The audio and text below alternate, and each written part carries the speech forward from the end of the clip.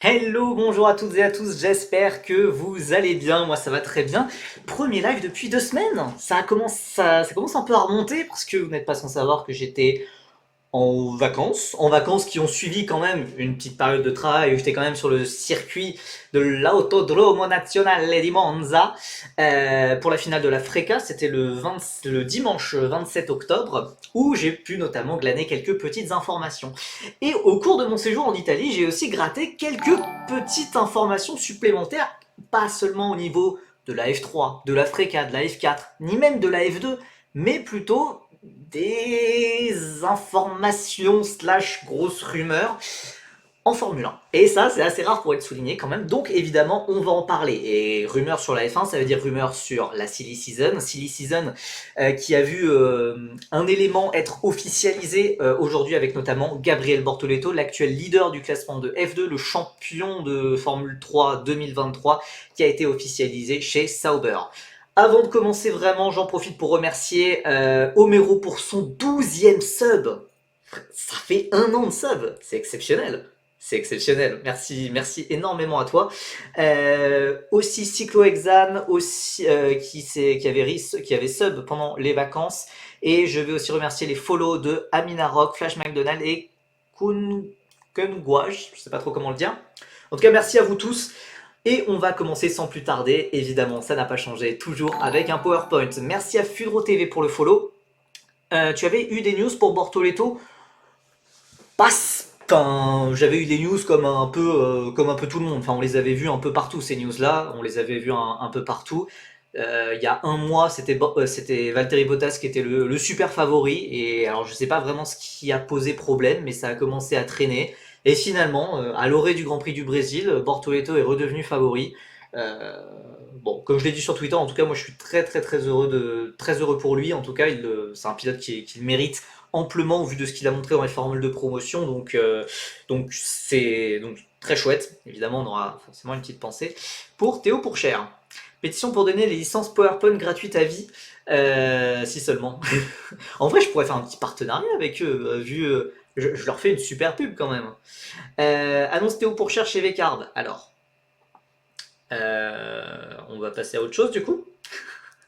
Non, et on va commencer à parler de Gabriel Bortoleto chez Sauber. C'est la grosse annonce de la journée. Valtteri Bottas et Guan Yu Zhu ont été remerciés très rapidement dans des tweets très succincts, j'ai envie de dire, un tweet commun même.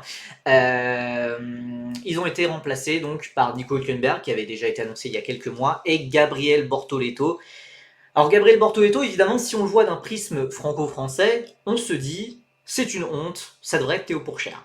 Et c'est vrai que bah oui, ça peut se comprendre, ça peut se comprendre. Théo Pourchère fait partie de la Sauber Academy depuis 2019.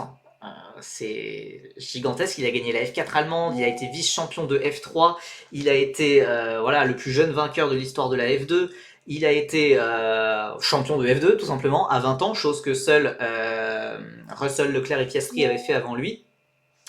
Alors qu'attendez, je reçois des petites infos là. Non, c'est des résultats de test, donc ça j'en parlerai après. J'en parlerai un petit peu après. Euh, alors. Ah, bah, bienvenue à Colin Borro qui est présent dans le chat. Attends, est-ce que t'avais pas une annonce ce soir à faire, Colin? J'ai vu sur une story que t'avais une annonce à faire. Est-ce que tu l'as annoncé? Est-ce que t'as annoncé, genre par exemple, que tu rejoignais Vcarb en F1? Bah non, il est écrit c'est dans 22 minutes. Ah, pas encore. Ok, et ben on va suivre ça. On va suivre ça. L'un de nos followers qui va faire une annonce, champion de France TC Light, si je ne dis pas de bêtises, cette année. Mais donc, et voilà, futur pilote Vcard, félicitations à lui. Non, pour revenir à Gabriel Bortoleto, donc forcément, voilà, très heureux. C'est vraiment au mérite. C'est vraiment, rendez-vous compte quand même, en 2023, ce gars n'avait pas d'académie. Et souvent, quand t'es en F3, que t'as pas d'académie, on se dit, bah, oh c'est bien, tu feras une bonne carrière, t'iras en WEC, ça sera bien. Ou alors, pire, t'es dans une académie style Sauber ou Aston Martin, et on te dit, bah, ouais, c'est bien, tu seras quatrième ou cinquième pilote de développement, et on ne te verra jamais dans une F1. Euh, donc, il n'était pas dans une académie, et talent, franchement, il a réussi à rejoindre l'Académie McLaren. Vous allez me dire, l'Académie McLaren, bon, ça n'a pas propulsé beaucoup de monde. T'as épinglé ton message. T'as épinglé ton message dans le chat, Homero. D'accord, bah écoute, fais-toi plaisir. Hein. Euh, donc Gabriel Portoretto qui avait été super impressionnant en Formule 3, donc ça c'est très bien. Mais surtout, moi, ce que j'avais retenu, alors certes, il avait été très régulier, toujours devant, etc. Mais c'était surtout ses rivaux qui avaient été super irréguliers. Donc je demandais à voir en F2, et là en F2, ça a répondu. Alors certes, il est peut-être pas le meilleur pilote du championnat, puisque je pense qu'on est assez d'accord pour dire que Isaac Hadjar a été le plus impressionnant sur cette saison, mais voilà, il y a eu des petits hauts, des petits bas, avec notamment quelques soucis mécaniques pour le pilote français. Mais Gabriel Bortoleto, il a été juste exceptionnel quasiment à tous les week-ends, et pour un rookie, c'est encore plus impressionnant. Alors certes, il est encore dans les meilleures équipes. En Freca, sur sa deuxième année, il était chez Air-Ace. En F3, il était chez Trident. En F2, il est chez Invicta. D'ailleurs, c'est un parcours qui ressemble un peu, c'est un parcours qui ressemble un peu à celui de Jack Doohan. Jack Doohan n'ayant jamais été champion de Formule 3, Jack Doohan n'ayant jamais été leader de Formule 2 quoi. J'oublie pas la course à Bahreïn où il fout Isaac dehors, certes, mais bon, voilà, c'était sa deuxième course, c'était son premier week-end en F2. Voilà, c'est des erreurs qui arrivent. C'est des erreurs qui arrivent. Alors honnêtement, pour le côté moteur, je suis d'accord pour prendre les critiques sur l'inégalité. Enfin, je suis l'un des porte-parole des inégalités de moteur en F2, certes. Mais après, est-ce que c'est si évident que Bortoleto a un meilleur moteur? Moi, ça m'a jamais vraiment choqué. Pour Dirksen, c'est sûr, c'est choquant, ok. Après, voilà, Bortoleto, voilà, ça m'a jamais choqué. Merci beaucoup à Maëlys pour le follow. Isaac le fou dehors à Imola. Hein? Attends, quand? Attends, qui que quoi donc tout? Attends, ça me dit rien du tout là. Ça me dit rien du tout. Parcours solide en kart. Ouais, non mais oui, ça a toujours été l'un des meilleurs. D'ailleurs, on a vu pas mal de pilotes français, pas mal de pilotes français féliciter Gabriel Bortoleto pour sa nomination. On a vu Pierre-Louis Chauvet. Alors, féliciter Guan Yu Zhou pour son parcours en F1, Pierre-Louis Chauvet qui a été le grand rival de Guan Yu Zhou à l'époque de la Formule 3 asiatique en 2021. Et aussi, il y a Pierre-Louis Chauvet et Adrien David qui ont partagé un de leurs podiums de Freca avec Gabriel Bortoleto. Donc ils l'ont félicité tous les deux. Adrien David aussi qui a partagé certains podiums communs à l'époque du karting. C'est vrai que c'est très frustrant, notamment pour Adrien David, qui était certes son coéquipier en Freca chez RS. Adrien David qui avait battu Bortoleto. Adrien David qui avait aussi une année d'expérience en plus, qui était installé chez RS depuis un peu plus long, depuis une année en plus. Donc bon, voilà, évidemment, il y aura toujours cet éternel regret Adrien David. Et s'il avait été mieux géré par Renault/Alpine, il serait pas là où il est actuellement. Et je pense qu'il aurait pu prétendre un jour à la F1, mais on ne le saura jamais. En attendant, il monte les rangs de l'endurance petit à petit. Et il a fait des tests en LMP2 en fin d'année. Melbourne. Ah ouais, mais Melbourne pour moi c'est un incident de course. Hein. C'est un incident de course et la pénalité est pas du tout justifiée. Hein, mais bon. Alors évidemment, Gabriel Bortoleto, faut pas se leurrer. Si Gabriel Bortoleto a eu la place chez Sauber et pas Théo Pourchaire, alors qu'ils ont des. Voilà, ils sont. Pourchaire est champion de F2, Bortoleto est leader de F2 sur sa première année, on le rappelle. Ils ont un an de différence, ok, mais évidemment, il y a un argument financier très important qui entre en compte. Gabriel Bortoleto, c'est le marché brésilien. Et rien que ça, même s'il avait aucun sponsor derrière lui, c'est beaucoup plus intéressant. Et voilà, il y a l'un de ses sponsors principaux, la Banco do Brasil. Voilà, c'est évident. Quand on voit Colapinto, tout ce qu'il apporte, enfin toute l'Amérique du Sud qui est derrière Colapinto, franchement, c'est logique. Et voilà, moi j'ai vraiment pas envie de parler de cet argument financier, car pour moi, pour Bortoleto, c'est secondaire, car niveau talent, il a complètement prouvé. Et voilà, en tant que fan, en tant que supporter, suiveur de Théo Pourchaire, bah certes, on est forcément déçu que ça soit pas Théo Pourchaire, mais bah voilà, c'est un autre jeune super talentueux. Euh, voilà, tu peux pas dire ah c'est l'argument financier. Non, il y a aussi malheureusement l'argument sportif. Alors évidemment, c'est ultra débile de Sauber d'avoir financé la carrière de Théo Pourchaire pendant des années et des années, de l'avoir mené au titre F2, tout ça pour rien faire avec lui. Ça, je suis complètement d'accord. Mais voilà, Gabriel Bortoleto, bah, c'est un choix pas vraiment critiquable. C'est pas vraiment critiquable. Ils auraient repris Bottas, ils auraient repris un Schumacher, un Guan Yu Zhou, etc. D'accord. Là, Bortoleto, c'est pas critiquable, c'est juste, bah, c'est au mérite. Et voilà, c'est génial. Merci beaucoup à Julien Ndiaye pour le troisième sub. Waouh, ça commence à faire aussi. Merci. Tu veux venir avec moi à l'enterrement de la carrière F1 de Théo? Bah franchement là, malheureusement je pense que la carrière F1 de Théo est malheureusement enterrée depuis quelques temps. Et je pense que Théo est bien au fait là-dessus. Et c'est pour ça d'ailleurs qu'il essaye de rebondir avec Peugeot en WEC. Le train est passé pour Théo de toute façon, il fallait le prendre en 2022. Bah ouais, pour moi, vraiment, le timing idéal, ça aurait été fin 2021. Alors certes, il était un peu jeune, certes, ça aurait été un risque, mais pour moi, le risque, il aurait dû se prendre à ce moment-là, puisqu'après, bah, Guan Yu Zhou, t'allais pas le virer après une année. Surtout que 2022 a fini par être sa meilleure année, donc... Je dis ça, je dis rien, si tu prends la F4 et la Freca, Enzo Peugeot a des meilleurs résultats que Bortoleto. Bah après, c'était F4 France contre F4 Italie. Et Bortoleto, il a fait qu'une année de F4 Italie, mais chez Prema. Et à l'époque, c'était pas du tout un foudre de guerre. Hein. À l'époque de la F4, Bortoleto, c'est vraiment un pilote qui a mûri tardivement. C'est vraiment un pilote qui a mûri tardivement, puisque en F4 italienne, chez Prema, il était coéquipier de Beganovic et de Mini, et il s'est fait foudroyer. Et ensuite, bah voilà, ensuite les résultats sont arrivés. Il y a des pilotes qui sont aussi plus à l'aise avec des voitures plus grandes, avec plus d'aéro, etc.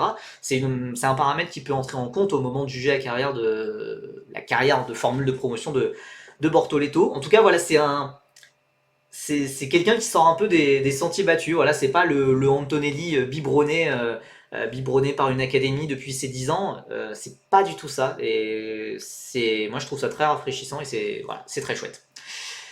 La réaction de Théo dans l'interview des pistonnets sortie aujourd'hui veut tout dire, il savait qu'il avait aucune chance. Oui, voilà, je pense il sait très bien, voilà, il était au fait là-dessus. Voilà, et maintenant il faut essayer de passer à autre chose et essayer de trouver un programme le plus rapidement possible. On passe à l'autre actualité de la journée avec une annonce. Ça parlait que de Bortoleto pour l'instant sur le live, exactement. On a parlé que de Bortoleto.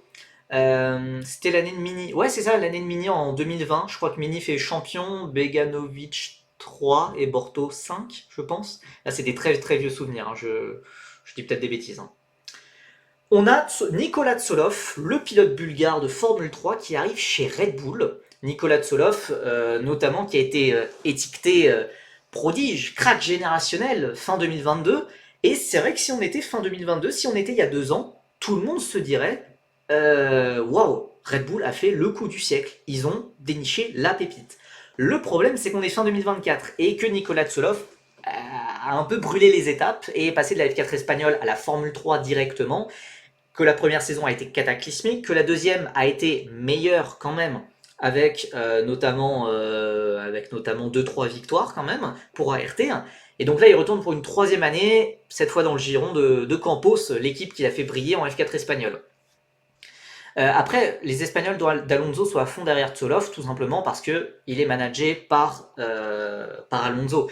Et alors c'est aussi le cas de Gabriel Bortoleto, mais Tsolov, ça a été l'un vraiment des tout premiers pilotes, voire même peut-être le premier pilote qui a été soutenu par Alonso et à un âge très jeune, alors que Bortoleto a rejoint aussi le giron d'Alonso, je pense à 2022-2023, donc il avait déjà plusieurs années en monoplace avec lui. Tsolov, c'est vraiment le pur produit Alonso, alors que Bortoleto, voilà, a été un peu ailleurs, c'est plus récent. Et donc voilà, Tsolov a une grosse fanbase évidemment grâce à cette affiliation avec Alonso. Et surtout, voilà, il y a eu cette saison de F4 espagnole et voilà, les Espagnols ils regardent la F4 espagnole et il a été absolument monstrueux et il a éclaté tout le monde. Il a éclaté tout le monde en F4 espagnol et voilà. Pour moi, c'est un pilote qui est arrivé beaucoup trop tôt. Il y a eu clairement du mieux. Alors certes, il y a eu des petites tentatives un peu qu'on pourrait qualifier de terroristes par certains, à Melbourne notamment, où il fout volontairement Alex Dunn dans le mur parce qu'il n'est pas content de ce que Dunn avait fait en piste en essai libre. Bon, il y a des moments complètement lunaires où pour moi il aurait mérité un week-end de suspension, mais bon, c'est pas grave. Au final, voilà, Tsolov, il a quand même eu une bonne progression à la mi-saison. Et voilà, il y a du mieux, mais maintenant, voilà, troisième saison de F3, t'as plus d'excuses. T'as plus l'excuse de la jeunesse, parce qu'on rappelle, il a 17 ans, enfin, il va aller sur ses 18 ans en décembre. Mais voilà, c'est un pilote qu'on a comparé à Antonelli. C'est un pilote, c'était la même année, hein. C'était la même année, hein. Antonelli, il était champion de F4 italienne quand Solov gagnait la F4 espagnole. Donc on les a un peu comparés. Sauf qu'Antonelli a fait le choix beaucoup plus intelligent, enfin Mercedes a fait le choix beaucoup plus intelligent de mûrir petit à petit en Freca, etc. Plutôt que d'aller directement en F3. Et il y a des bases que Tsolov n'avait pas, que Antonelli, lui, a eu. Et donc voilà, ça s'est retourné contre lui. Maintenant, voilà, il n'y a plus l'excuse de la jeunesse, de machin.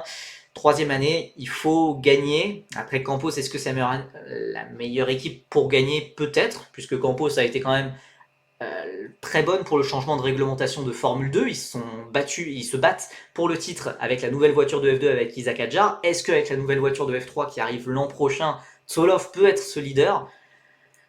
Pourquoi pas? Pourquoi pas? J'avoue que j'étais vraiment ultra pro Tsolov il y a 2 ans et puis ça a été dur, ça a été dur. Là, j'avoue que je suis un peu descendu du train, mais je regarde le train quand même avec attention. Le move est tellement mieux que rester chez Alpine pour lui. Ah bah clairement, clairement. De toute façon, chez Alpine, il n'y a aucun futur. L'Alpine Academy n'a aucun futur. C'est en pleine restructuration, je pense. Enfin, en tout cas, Alpine, honnêtement, c'est pas un bon bail d'être chez Alpine en ce moment. Alors certes, il y a eu un double podium merveilleux, on y reviendra, mais c'est pas un bon bail, alors que Red Bull, il y a quand même des places qui se libèrent, etc. Il y a des possibilités de monter, etc. Red Bull, quand même, reste l'académie la plus accessible. L'académie alpine va disparaître cet hiver? Non. Bah alors, oui et non. Ou alors est-ce qu'elle va changer de nom? Ou est-ce qu'elle va être restructurée? Ou alors est-ce que... Enfin, pour l'instant, il y a pas de consensus clair. Tout ce que je sais, c'est que c'est le bordel. C'est tout. Après, vous me direz comme toutes les années, certes. Mais voilà, je l'entends de plus en plus. Euh, C'est quand que tu montres que t'es talentueux. Ouais, bah, il l'a montré quand même. Il y a vraiment eu des courses en F3 cette année où il a été vraiment bien, quoi. Mini qui doit suivre vis-à-vis de la possible vente d'Alpine. Après, je sais pas, peut-être qu'il peut. Ça dépend vente à qui, hein. Ça dépend vente à qui. Si c'est vente à high-tech, il peut s'en sortir, Mini, hein. C'est un ancien pilote high-tech. Donc on verra. On verra. Ils vont juste garder les GOAT à Kabir Anourag et Nicolas Lacorté.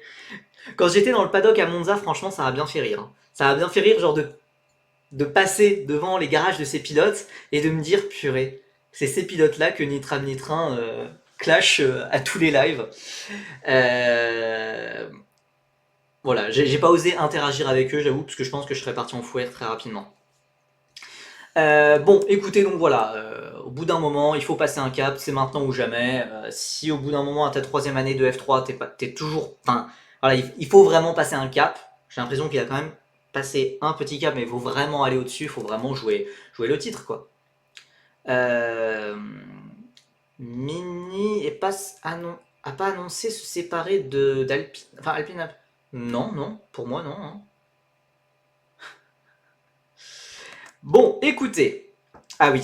Évidemment, avant de commencer les choses sérieuses et de parler de la Formule 1, évidemment, je devais parler très rapidement. Je l'ai fait sur Twitter, donc ça va être assez rapide. Je devais parler évidemment de la fin de saison de nos Français en Freca. Voilà, je vais pas refaire doublon avec Twitter, mais et si vous voulez voir ce que je pense de la saison de chacun des pilotes français, n'hésitez pas à aller sur Twitter. Mais voilà, il y a quand même pas mal de positifs. Évidemment, j'aurais espéré un peu plus de victoires, un peu plus de podiums pour nos pilotes français, Giusti, Gilter, Naël, Deligny, Peugeot, notamment. Pour les trois autres, ça a été un peu plus compliqué. Mais ce qui est intéressant, c'est surtout combien d'entre eux vont aller en Formule 3. Parce que vous n'êtes peut-être pas sans savoir, il y a eu une annonce un peu bizarre, enfin une non-annonce, puisque Alessandro Giusti était sur l'entry list, enfin la liste des participants provisoires du Grand Prix de Macao. Il était annoncé chez MP Motorsport aux côtés d'Oliver Goethe et Valerio Inicella. Et aujourd'hui, il a été remplacé par Mattia Colnaghi. Alors, pour moi, honnêtement, ça ne m'inquiète pas. Donc, comme vous le voyez, il ne reste que 9 volants en Formule 3 sur les 30 de base. Et pour l'instant, il n'y a aucun pilote français qui a été annoncé. On a eu les annonces récentes de Roman Bilinski chez Rodin, de Nicolas Tsoloff chez Campos avec les couleurs Red Bull. Mais donc voilà, toujours pas de pilote français annoncé. Au vu des échos que j'ai entendus à Monza, franchement, ça avait l'air assez positif. J'ai aussi eu des gens qui m'ont confirmé que voilà, a priori Giusti chez MP en F3, ça avait l'air fait, etc. Que les finances avaient l'air sécures pour l'an prochain. Donc honnêtement, je suis pas inquiet. Si mes infos d'il y a quelques jours sont toujours bonnes, et il y a quelques jours ça reste quand même récent, enfin franchement, on était confiants. Le clan de Justice était confiant, d'autres gens, des ingénieurs slash mécanos, euh, voilà, proches, enfin plus ou moins proches d'Alessandro Giusti me l'ont dit. Voilà, il n'y a pas trop l'air d'avoir d'inquiétude. Et d'ailleurs, j'avais demandé la question à Alessandro Giusti. euh, je lui avais demandé à Monza s'il allait faire Macao et il m'avait dit il y a plus de chances que je le fasse pas que je le fasse. Et donc, j'ai été plus surpris limite de voir Justice sur la liste provisoire de Macao plutôt que là, bah voilà, en fait, il est remplacé par Mattia Kolnagi qui devrait probablement faire de l'Eurocup 3 avec MP. Donc voilà, enfin, pour Justice, si tu vas, enfin, a priori, il va aller en F3. C'est beaucoup plus pertinent enfin, Macao serait peut-être pas forcément pertinent. Macao, en plus, non seulement c'est à l'autre bout de la planète, mais en plus c'est un circuit en ville, il peut y avoir énormément de dégâts, enfin voilà, ça peut vite chiffrer le week-end de Macao, donc c'est peut-être pas plus mal que de garder son argent, peut-être faire quelques petits tests dans des GP3, pourquoi pas, etc. Donc voilà, pour moi, il n'y a pas d'inquiétude à avoir pour Alessandro Giusti. Mais c'est sûr qu'on respirera tous mieux quand il y aura l'annonce officielle qui tombera. Voilà, concernant Justy Verempe et Naël Chevar, oui, a priori c'est ça. Voilà, j'ai eu moins d'annonces vraiment officielles, enfin, moins de sources solides, voilà, venant à propos de Théo Final, mais je suis beaucoup moins inquiet pour Théo Final, et voilà, pour avoir un peu parlé avec le clan de Naël à Monza, ça semblait assez confiant quand même sur la F3 et puis sur Van Amersfoort, ça avait l'air de bien aimer ce que commence à travailler chez Van Amersfoort, etc. Bon, voilà. Chez Williams, ils veulent pas payer pour Macao, mais pourquoi faire en fait? Enfin, il n'y a pas franchement d'intérêt malheureusement. Alors peut-être Macao a peut-être un peu moins le prestige et Giusti est pas aussi riche que certains pilotes. L'argent peut s'économiser et Williams, le but des académies, c'est surtout de financer les saisons, de financer le programme principal, pas tant les programmes annexes qu'il peut y avoir à côté, comme, je sais pas, la Formule régionale Moyen-Orient, comme les tests, par exemple. C'est très peu financé par les académies, ça. Gilter paye de lui-même, alors pour moi, c'est plutôt ART qui paye. Pour moi, voilà, Gilter est plutôt bien protégé par ART. Euh, donc pour moi, ça vient plutôt d'un deal avec ART. Parce que Gilter, non, il n'est pas pété de thunes, contrairement à ce que certains voudraient faire croire. Albon et Colapinto et Albon ont dilapidé le budget ce week-end. Ouais, le budget de Williams, ah, c'est vrai. Hein. Ouais, j'avais pas fait le lien dans ma tête, je pense pas que ça soit le même budget, mais bon, je pense pas honnêtement. Je pense pas honnêtement, enfin pour moi, voilà, ce budget supplémentaire, c'est pas Williams qui le donne. Et tu as pu demander à Justy pourquoi ça n'a pas fonctionné avec ART F3? Non, j'avoue que je lui ai pas demandé. Je lui ai pas demandé, je lui ai juste demandé sur comment s'étaient passés les tests de F3 avec MP. Il en était satisfait quand même.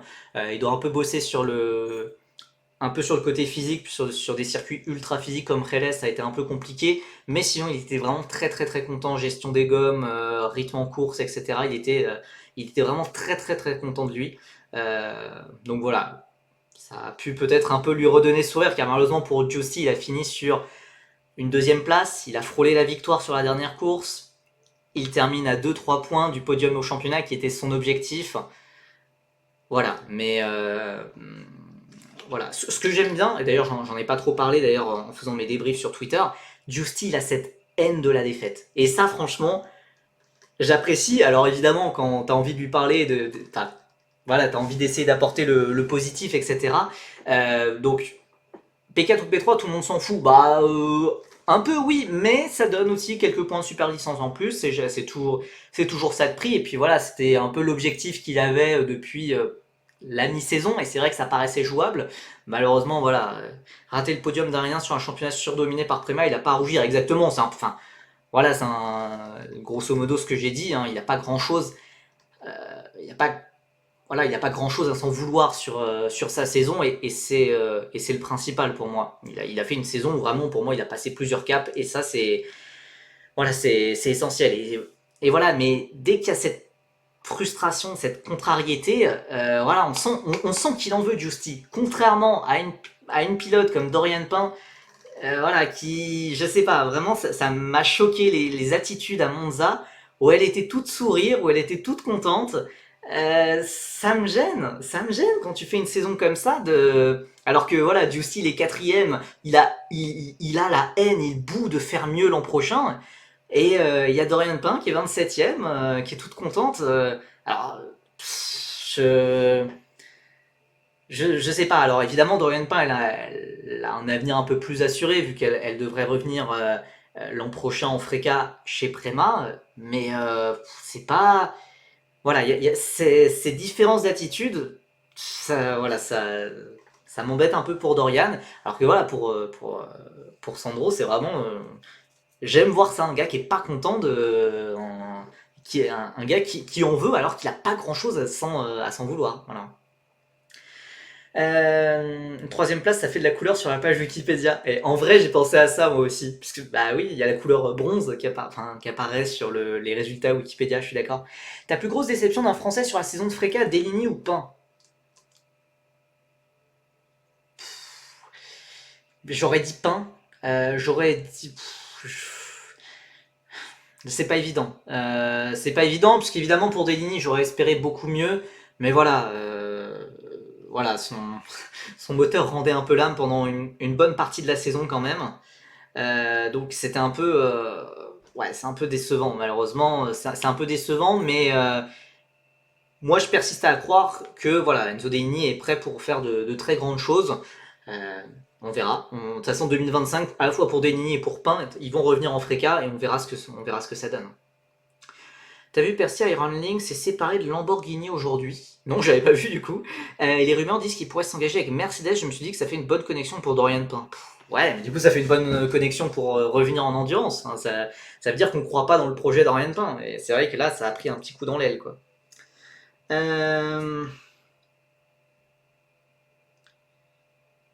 Ouais, voilà, par exemple, pour parler d'Enzo Deligny, Enzo Deligny, là, qui a fait le meilleur temps des essais au. Attendez, c'est Spa ou Red Bull Ring, ça? Je crois que c'est Spa. Ouais, c'est Spa. Enzo Deligny qui a fait le meilleur temps des essais à Spa. Donc voilà, moi j'ai toujours envie d'y croire au projet Enzo Deligny. En même temps, qui croit en Dorian Pain en monoplace? Vous êtes dur. Hein. Là, en début d'année, elle avait gagné en F4 Emirati. Elle faisait ses tout débuts, etc. Enfin voilà, j'y croyais un petit peu. J'étais pas non plus le plus enthousiaste, mais il y avait des signes prometteurs. Et là, cette saison, purée, compliqué, compliqué, compliqué. Ouais, non mais voilà, enfin je m'en rappelle de certains tweets genre qui mettaient Antonelli et Pain au même niveau, ou enfin des gens après sur Twitter qui s'excitent dès qu'il y a une talent féminine qui émerge un petit peu et, euh, et voilà, comparer Jamie Chadwick à Lewis Hamilton ou voilà, ça sert personne malheureusement. Bon voilà, donc il reste encore 9 places. Alors ce serait quoi le mieux pour Justy en F3? A priori normalement il ira chez MP. Voilà, il ira chez MP. C'est quoi les chronos? Attends. Bah Enzo Deligny le plus rapide. Oh, flemme, attends, flemme, parce qu'il faut suivre les lignes. Il est en 2,12 et quelques. Non, en 2,11. Ouais, c'est compliqué, hein. 2,12, une, je crois. Bon, c'est compliqué, voilà. Mais voilà, Deligny qui a été le plus rapide de cette journée d'essai. Dorian Prince, si elle était argentine, elle serait déjà en F1, mais bon, les gens sont pas prêts pour l'entendre, alors peut-être pas. Percy, par contre, je crois que c'était vraiment Yannis. Ouais, non, a priori, oui. A priori, Yannis Stevenedens qui fait des tests. Bon, attendez, on s'égare un petit peu, hein. On s'égare un petit peu, puisque déjà les tests, j'étais censé en reparler un petit peu plus tard, puisque là, en vrai, c'est quoi le top 5 si tu peux dire? Bah non, je peux pas dire, puisqu'il y a des pilotes, je sais même pas c'est qui. Je sais même pas c'est qui. C'est des noms cachés. Mais Yannis Steveneden qui a testé avec RPM, on verra ce que ça donne. Pourquoi Justy fera pas McElrath qui a été annoncé? Il n'y a pas vraiment d'explication officielle. Pour moi, c'est une volonté plutôt de se focus sur la F3. L'appel à Paris au fait la FFSA. Beuh. Bah Yannis m'avait dit que c'était le 29, mais il m'avait dit ça genre avant Monza. Bah je si oh, si s'il y a pas de nouvelles s'il y a pas de nouvelles, c'est pas bon signe, mais je vais redemander. Je vais redemander, mais c'est bizarre qu'il y ait eu aucun c'est bizarre qu'il y ait eu aucune communication, même de Yanni ou de Taito. Bon, écoutez, je vous tiendrai au courant sur Twitter ou ici. Donc bon, voilà, il reste 9 sièges. Voilà, je reste confiant quand même qu'on ait Justy et Naël tous les deux. On passe à la Formule 1. Et c'est vrai que j'ai fait un petit teasing. C'est vrai, pour parler de certaines connexions. D'ailleurs, je crois que le titre du live, je parle d'Alpine. Voilà, bon. Déjà, on va parler de Franco Colapinto, puisque Franco Colapinto a été une énorme bourrasque dans le paddock de la Formule 1. Et c'est vrai que sportivement, financièrement, Colapinto, il a toutes les raisons. Il a une bonne nationalité, il a une bonne fanbase, il attire énormément de sponsors, etc. Il a le caractère, la personnalité, il a les performances en piste, même si le week-end d'Interlagos a été absolument désastreux. Avec plusieurs crashs. Après, c'était un premier week-end sous la pluie, etc. Mais ça montre quand même que Colapinto, c'est pas non plus. Enfin, on peut pas dire que c'est le crack générationnel absolument parfait et que il faut à tout prix qu'il soit dans un top team. Non, il reste encore un pilote jeune en construction. Peut-être qu'il deviendra un excellent pilote plus tard, mais pour l'instant, c'est un peu tôt pour le dire. Et on a un peu eu l'impression, en tout cas surtout avant Interlagos, que on était dans une grosse bulle spéculative qui arrêtait pas de gonfler, où tout le monde voulait s'arracher Colapinto. Et évidemment, vous avez probablement entendu parler de nombreuses rumeurs de Red Bull qui voudraient la chercher. Tous les Argentins se sont excités en mode Colapinto chez Red Bull, coéquipier de Verstappen. On va se détendre tout de suite. Voilà, ça ferait. Hop là, pourquoi c'est flou? Attendez. Pourquoi c'est flou? Pourquoi je suis flou? C'est bien. Donc voilà, Colapinto, il a encore quand même à apprendre, et donc l'exposer directement chez Red Bull, ça ferait pas beaucoup de sens. Pas facile quand même comme première expérience sous la pluie. Bah, de toute façon, on l'a vu pour tout le monde. Hein. Pour tous les rookies, ça a été assez compliqué, sauf Liam Lawson d'ailleurs, qui a été l'un des seuls à s'en sortir. Il y a plusieurs options qui se présentent. Moi, honnêtement, pour moi, il y a quelque chose qui ferait ultra sens. C'est que dès le prochain Grand Prix de Las Vegas, on vire Perez, Lawson monte chez Red Bull, Isaac Hadjar monte chez Vekard. T'as 3 Grands Prix pour voir si Lawson est OK chez Red Bull, pour voir si Isaac Hadjar est prêt déjà pour la Formule 1. Et si l'un des deux est un peu limite failli, et bah là OK, Red Bull pourrait sortir le chéquier pour aller attirer Franco Colapinto, pourquoi pas. Deuxième option, Red Bull arrive, on ne sait pas pourquoi, à recruter Carlos Sainz alors qu'ils n'avaient pas voulu le recruter. Ils n'avaient pas voulu le recruter il y a quelques mois alors qu'il était libre et que tu n'avais pas à payer pour l'avoir. Sans compter toutes les tensions Verstappen-Sainz entre les deux clans. Mais voilà, on pourrait avoir Red Bull, Verstappen-Sainz, Vekard, Tsunoda, Lawson, Williams, Albon, Colapinto, parce que comme ça libérerait une place pour Colapinto chez Williams. Pourquoi pas? Cinquième option, tu sors Tsunoda, il n'y a plus de questions à se poser. Tant que Honda est là, Tsunoda est safe. Mais par contre, c'est vrai que fin 2025, ça va être plus compliqué. Il y a l'option, évidemment, Perez reste et on fait dodo, et c'est la pire fin de silly season possible. Ou alors, tout simplement, Franco Colapinto va chez Alpine. Et c'est une rumeur que j'ai entendu, que j'ai entendu plusieurs fois. Franco Colapinto pourrait se retrouver chez Alpine, et ça pourrait être donc à la place du pauvre Jack Doohan, qui n'a pas fait un seul Grand Prix. Alors, on va tout de suite se détendre. Jack Doohan, il a un contrat. Franco Colapinto, il a aussi un contrat de réserviste chez Williams. Donc, il y a des contrats à casser dans l'histoire. Donc, c'est pas fait. Mais Alpine, d'ailleurs, ça a été relaté par certains médias, mais qui parlaient plutôt de qu'Alpine voudrait l'avoir pour 2026. Sauf que ça fait aucun sens d'avoir... Alpine n'a aucun argument pour attirer Colapinto en 2026, puisque en 2026, il est possible, slash probable, que Williams ait une place en 2026. Donc, si Alpine veut avoir Colapinto, c'est pour 2025. C'est tout. Sinon, bah, Colapinto, il reste réservé chez Williams et il attend son tour, le temps que Albon soit viré ou aille ailleurs, ou Sainz monte ailleurs. Colapinto, évidemment, il pourra apporter beaucoup plus qu'un Doohan, financièrement, sportivement, évidemment, bah voilà, pour toutes les raisons qu'on a dites. Jack Doohan, vous savez que je suis absolument pas convaincu sportivement sur sa carrière en formule de promotion. Et en plus de ça, alors évidemment, il y a une clause à payer pour que Alpine aille chercher Colapinto, de l'argent qu'on peut trouver où? Bah, qu'on peut trouver après un très bon championnat constructeur, vu que Alpine est remonté miraculeusement à la 6ème place après le double podium d'Esteban Ocon et Pierre Gasly. Franchement, il y a plusieurs choses qui peuvent rendre les choses très intéressantes. Il y a aussi ce test au Qatar qui a eu lieu hier sur des anciennes voitures qui ne fait pas beaucoup de sens. Alpine a fait un test entre Pierre Gasly et Jack Doohan sur des anciennes voitures de 2022 sur le circuit du Qatar. Quel était le but? Puisque généralement, ça n'a jamais lieu, ce genre de test comme ça, surtout avec voilà, des pilotes déjà annoncés. Enfin, quel intérêt de les faire rouler? Voilà, il y a très peu d'intérêt de les faire rouler. Moi, je me dis, ou soit il y a une sorte de partenariat qu'ils veulent faire avec Qatar Airways, ils veulent faire un tournage promotionnel, etc. Ou soit Jack Doohan, son baquet est peut-être pas si assuré que ça. Évidemment, voilà, il va falloir plus de confirmation, il va falloir plus de choses concrètes, mais c'est une rumeur que j'ai entendue de plusieurs personnes dans le paddock. Colapinto chez Alpine, à la place de Doohan, pourrait être une vraie possibilité en 2025. Et enfin, ça serait absolument horrible pour Jack Doohan, on est tous d'accord là-dessus. Après, oui, voilà, Doohan, il pourrait peut-être rebondir en endurance ou je sais pas quoi, mais il n'y a pas un monde où la fraude Albon va chez Red Bull? Non. Bah, surtout vu ses derniers week-ends actuellement, Albon, il est pas très bankable en ce moment. Donc,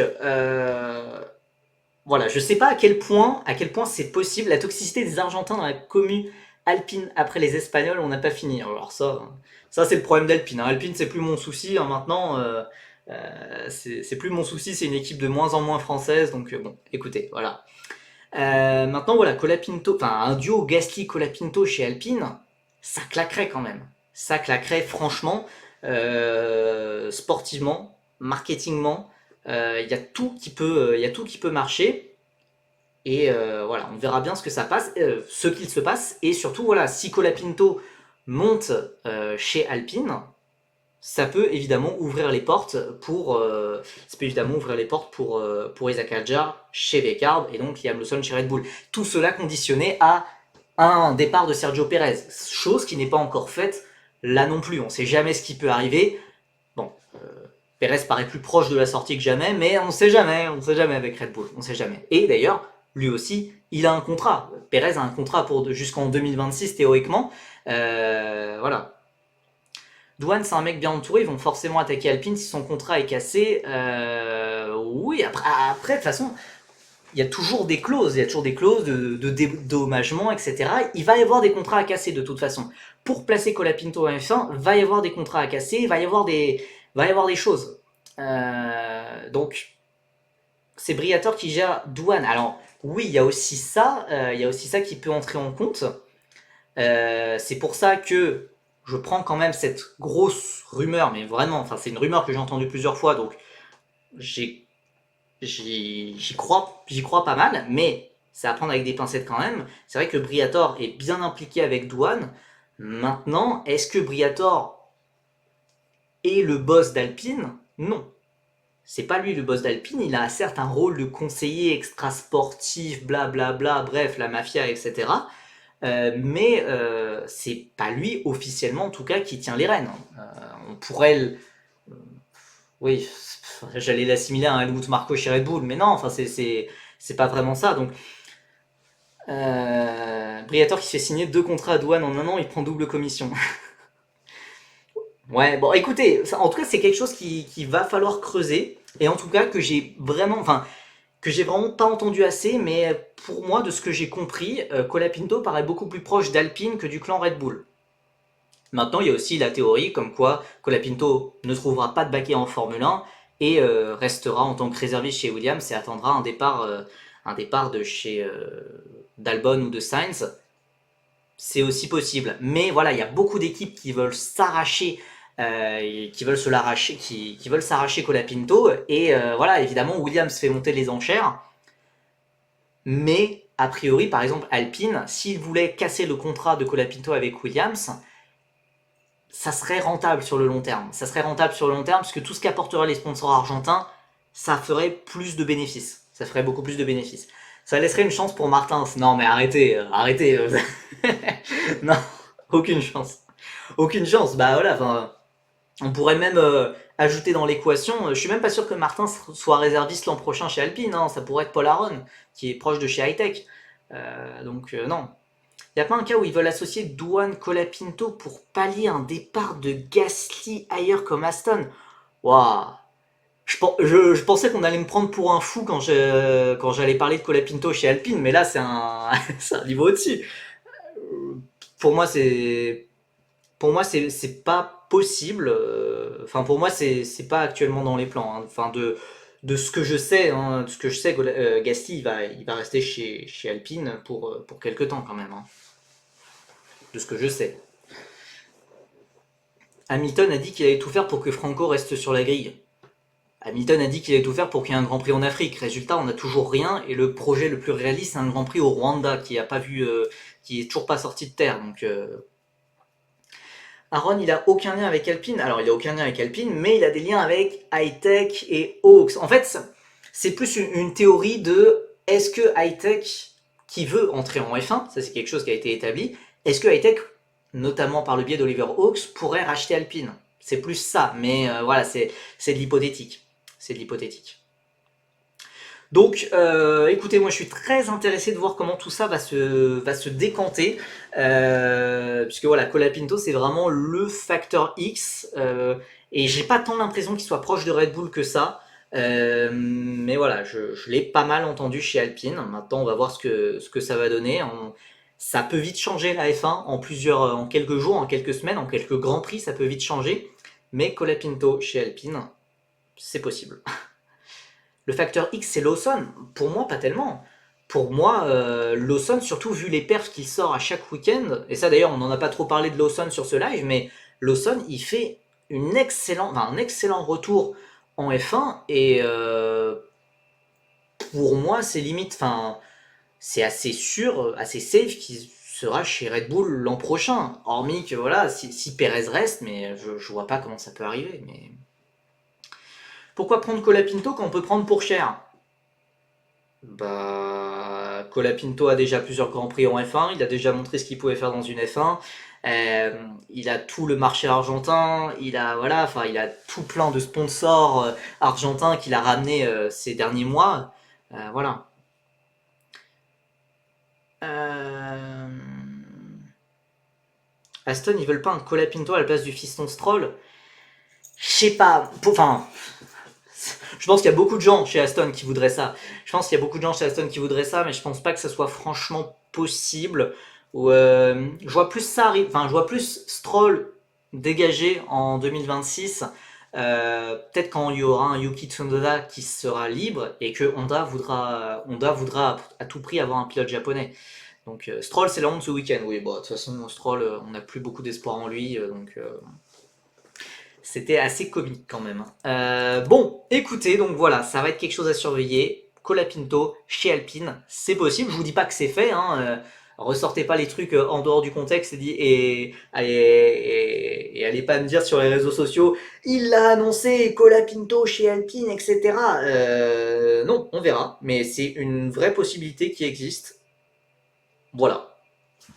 C'est une vraie possibilité qui existe et à mon sens, de ce que j'ai compris, elle est beaucoup plus probable que de voir Colapinto dans le clan Red Bull.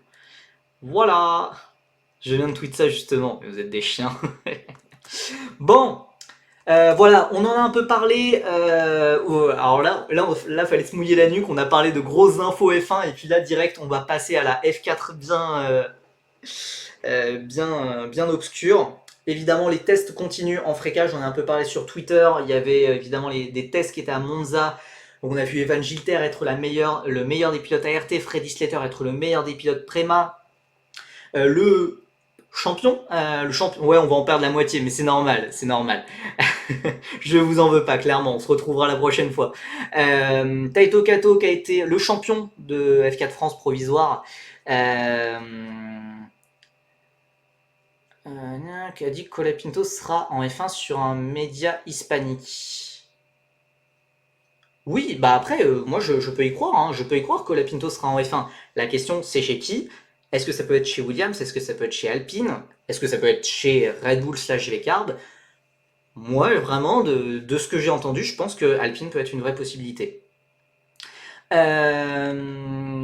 Donc voilà, moi Taito Kato, il m'a un peu surpris, un peu négativement, parce que j'attendais à ce qu'il... Bon, après c'était tout premiers essais, donc on va pas lui tomber dessus. Mais voilà, il était surprenamment loin du rythme de Evan Gilter ou même de Canatoli. Bon, on va voir, je pense que ça va progresser petit à petit. Chez Prema, on va avoir a priori un quatuor Slater, Beaton, Altairi, Pain. Ça picote un peu, honnêtement. Ça picote un peu, enfin en dehors de Freddy Slater évidemment. Bon, Jack Beaton a sorti une bonne saison de F4 italienne, mais j'ai du mal à croire en lui. Et Rachid Aldairi, compliqué. Et Dorian Pain qui a déjà été derrière, qui était derrière ses trois coéquipiers en essai, alors qu'elle a une saison d'expérience. C'est un peu compliqué. Chez Race, bon voilà, on devrait avoir Deini, Akshay Bora, Jin Nakamura. Ouais, Slater va tout démonter, c'est le risque. Hein. De toute façon, c'est dans une préma, c'est un crack générationnel. Il y a des risques, il y a des risques. Il y a des risques. Et donc oui, il y a Yannis Steven Haydens qui a testé avec ART, c'était au Castellet je crois, c'était au Castellet. Puis là il a testé avec RPM. On va voir ce que ça va donner. Nakamura déjà en fricas. Alors c'est Jin Nakamura, c'est un jeune pilote Toyota, c'est pas Kin Nakamura Berta de chez Alpine et qui était en F4 italienne. Nuance. Il y a plusieurs Nakamura, lui c'est un pilote Toyota qui nous vient de la Super Formula Light et voilà, Toyota est ultra séduit par lui. Donc on va voir ce que ça va donner. D'ailleurs Colin, t'avais pas une annonce à nous faire? T'avais pas une annonce à nous faire sur ton futur là? Enfin sur ton futur, je sais même pas si c'était sur ton futur, peut-être que c'est juste pour annoncer un sponsor. Puisque là je vois rien sur Insta. Hein. Comment ça ouais c'est fait? Comment ça ouais c'est fait? Pourquoi moi je vois rien? Percy, t'as des infos sur les pilotes que tu avais cités sur l'article de la F4 France, est-ce qu'ils montent ou pas? Pas spécialement, puisque voilà, il y a d'autres pilotes qui se sont rajoutés en cours de route, comme notamment Andy Consani, qui a été super impressionnant lors des tests au Mans. Merli Alpha, non, c'était pas Merli Alpha, mais c'est un autre nom. Mais Andy Consani, il a été super impressionnant lors des tests. Il a collé un peu 5 dixièmes, il a collé 5 dixièmes à d'autres rookies. Donc, grosse hype Andy Consani, évidemment. Ah, en Caterham, ah c'est cool ça. J'avais pris la tête, donc on croise les doigts pour gagner. Ok. Attends, ce week-end? Ah, mais on va suivre ça, ça va être chouette. Bah, force à toi pour ce week-end alors. Donc voilà, en F4 France, normalement on devrait aussi retrouver Louis Iglesias qui teste pas mal avec Winfield. On verra ce que ça donne, si ça débouche sur un vrai programme ou pas. Mais voilà, il y a eu plusieurs rookies intéressants en F4 France, en dehors d'Andy Consani. Il y a aussi eu, j'ai pas ses chronos en tête, mais il y a Hugo Martiniello, qui est un ancien champion de France de kart, qui a 15 ans, voilà, qui m'avait bien intéressé en kart l'an dernier. Donc voilà, il y a des noms intéressants qui commencent à popper, et voilà.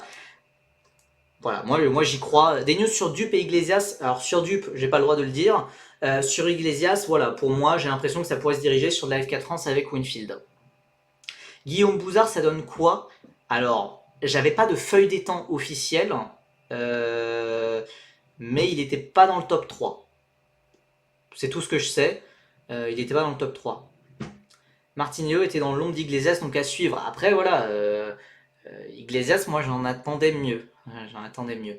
Perrar, Bollier, Ricobono, Bello roulaient aujourd'hui à Spa, oui, avec Feed Racing. Il s'est dit quoi depuis le début du live? Alors, on arrive vraiment à la fin, donc globalement, Colapinto chez Alpine, c'est une possibilité réelle. Giusti qui va pas chez Macao, enfin qui va pas chez MP à Macao, qui ne fera pas le Grand Prix de Macao. Pour moi, ça m'inquiète pas en vue de la F3. Théo Final devrait aller en F3 chez Van Amersfoort aussi. On a parlé de quoi d'autre? Je sais pas, c'est déjà pas mal. Un gros résumé, hein, très, très vaste. Des news sur le scouting camp de Ferrari, toujours pas. Iglesias pour la F4 France, bah, vu qu'il teste avec Winfield, qui a des F4 de Miguel, j'ai envie de dire plutôt la F4 France. Maintenant, il a, à ma connaissance en tout cas, il n'a pas fait de test avec la FFSA. Donc, affaire à suivre. Affaire à suivre. Voilà, mais évidemment, ici on est dans le train, Andy Consani, on espère qu'il aura tout ce qu'il faut pour aller en F4 France. Il a d'ailleurs aussi fait d'autres tests en F4 espagnol où il a été invité par DriveX. Ça s'est bien passé aussi. Ça s'est bien passé. Il a été rapidement dans le rythme de ses coéquipiers, donc affaire à suivre.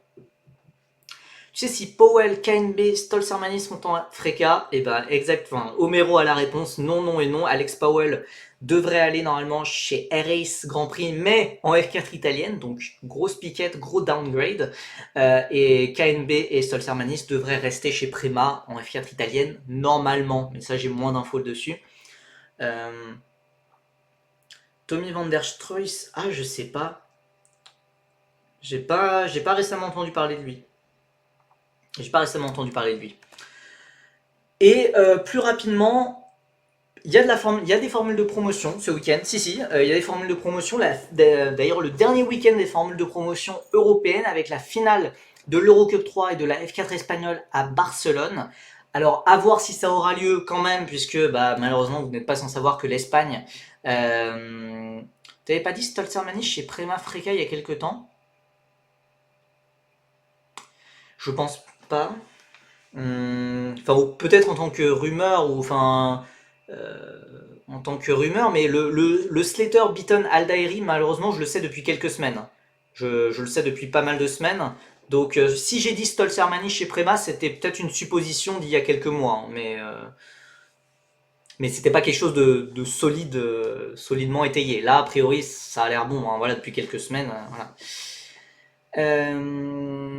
Question un peu bizarre, hein, salut Clément. Tu sais ce que font l'année pro Olivieri? A priori, Olivieri devrait aller chez R-Ace en F4 aux côtés de Powell.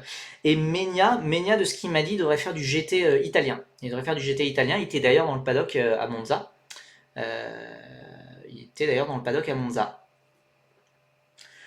Écoutez, voilà, donc pour l'Eurocup 3, voilà, il y a toujours cette bataille au titre entre Javier Sagrera qu'on devrait retrouver en F3, peut-être chez X, Cristiano qu'on devrait retrouver en F3 normalement chez Dams, et Bruno Delpino qui a déjà signé chez MP en F3.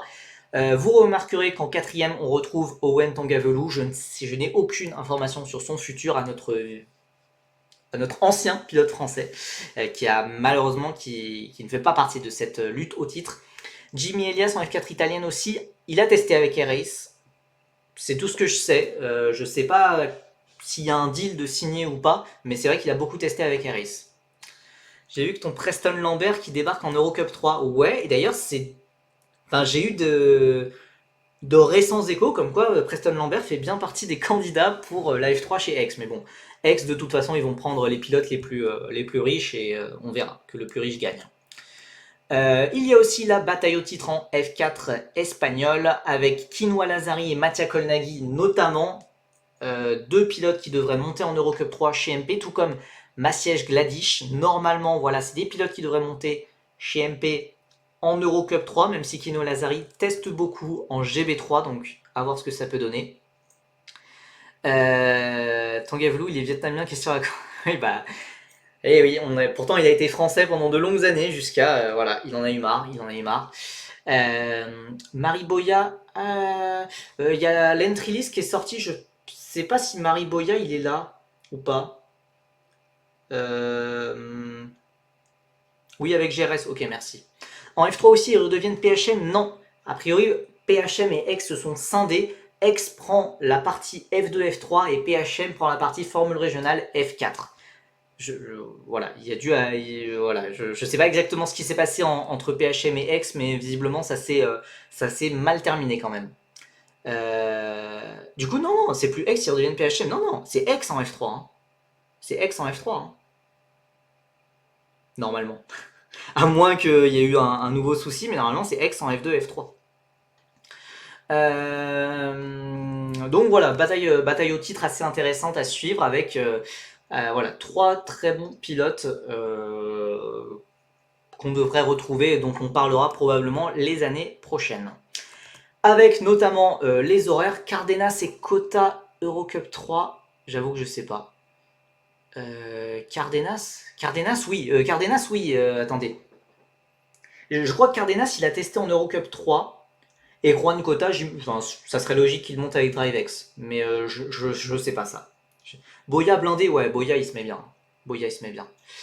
Euh, Ouais, ouais, Cardenas, ouais, il pilote encore officiellement, mais bon, on n'entend plus trop parler de lui malheureusement. L'ancien, lui aussi c'était un ancien chouchou d'Alonso, mais lui par contre il s'est fait abandonner sur le bord de la route.